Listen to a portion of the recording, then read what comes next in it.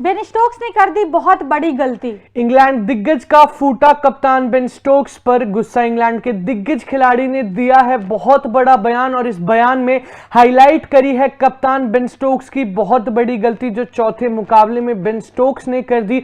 और साथ ही साथ ये गलती श्वेता उनको बहुत ज्यादा कॉस्ट कर चुकी है, क्योंकि उस चौथे मुकाबले की हार ना सिर्फ उस मैच की हार थी बल्कि उस सीरीज की भी हार थी। इंग्लैंड टीम जो कि बहुत ही ज्यादा कॉन्फिडेंट नजर आ रही थी, लेकिन 3 लगातार मुकाबले हारने के बाद उनका कॉन्फिडेंस अब ओवर कॉन्फिडेंस जरूर बन चुका है। डिसीजन मेकिंग ऐसे में, क्योंकि कप्तान है आप तो जरूर आप पे रिस्पॉन्सिबिलिटी ज्यादा होती है, और ऐसे में जब आप सीरीज हार जाते हैं ओवर कॉन्फिडेंस दिखाने के बाद तो सवाल खड़े होते हैं, और ऐसे ही सवाल खड़े करे हैं यहां पे इंग्लैंड के दिग्गज खिलाड़ी ने। साथ ही साथ बेन स्टोक्स की हाईलाइट करी है बहुत बड़ी गलती। बिल्कुल, हारना और जीतना कोई बहुत बड़ी बात नहीं है। जब आप कोई गेम खेलते हैं तो हारना जीतना तो लगा ही रहता है, एक टीम जीतेगी एक टीम हारेगी, लेकिन किस सिचुएशन में और किसके सामने आप हार रहे हो ये बहुत बड़ा एक बोलते ना कि मतलब बहुत बड़ी चीज है। क्योंकि आप इंग्लैंड की टीम में जहां बहुत बड़े बड़े एक्सपीरियंस प्लेयर्स थे, Jonny Bairstow, Joe Root, Ben Stokes, James Anderson, ये सारे बहुत ज्यादा एक्सपीरियंस है लोगों के पास। लेकिन भाई इंडिया की तरफ देख लीजिए,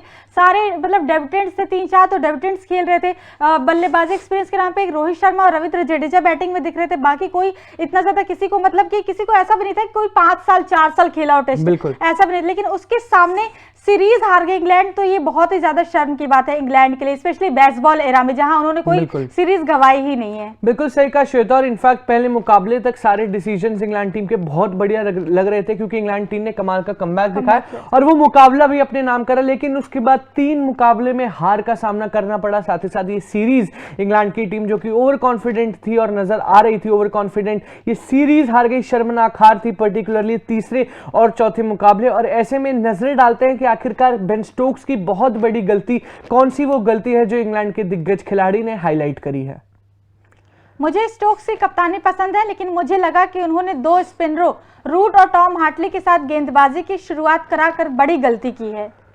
बिल्कुल, ये था इंग्लैंड के दिग्गज खिलाड़ी का बयान। और यहाँ पे श्वेता जो उन्होंने गलती बताई है बेन स्टोक्स की, उन्हें बेन स्टोक्स की कप्तानी बहुत पसंद है ऐसा उन्होंने अपने बयान में कहा। लेकिन टॉम हार्टली और जो रूट से जो उन्होंने शुरुआत करवाया फाइनल डे पर, जब डिसीजन मेकिंग उनके हाथ में थी, जब वहां पे डिफेंड करना था, तो कहीं ना कहीं उस चीज को बहुत बड़ी गलती मानी है वहां पर इस इंग्लैंड के दिग्गज खिलाड़ी ने बेन स्टोक्स की। और श्वेता, जब हम बेन स्टोक्स के डिसीजन मेकिंग की बात करते हैं, पर्टिकुलरली स्पेल की बात कर ले या फिर किस बॉलर को किस टाइम पर लाना, उस पर बहुत ज्यादा काम करने की जरूरत है बेन स्टोक्स को। क्योंकि हम भी बार बार डिस्कस कर रहे थे कि कभी मार्क वुड को बहुत अच्छे से यूज नहीं करते, कभी जो रूट को अच्छे से यूज नहीं करते। इस मैच में शोएब बशीर ने कमाल की परफॉर्मेंस दिखाई, लेकिन उनको भी फिर डिसीजन मेकिंग जहां पर आ गई इनके हाथ में, वहां अच्छे से यूज नहीं करा गया। बिल्कुल, मुझे लगता है कि इंग्लैंड अपने मतलब किसी भी बॉलिंग में अगर देखा जाए तो वैसे तो सारे इनके पास बहुत अच्छे बॉलर्स है। स्पिनर्स की बात कर लीजिए, पेसर्स की बात कर लीजिए, लेकिन एक पर्टिकुलर बॉलर पे बहुत ज्यादा डिपेंड हो जाते हैं इंग्लैंड की टीम। हमने देखा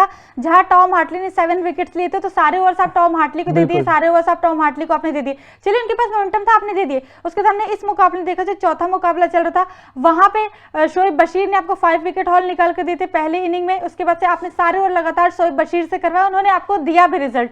लेकिन वही बात होती है कि पार्टनरशिप कौन ब्रेक कर सकता है आपके लिए, वो सबसे बड़ा एक तुरुप का इक्का होता है।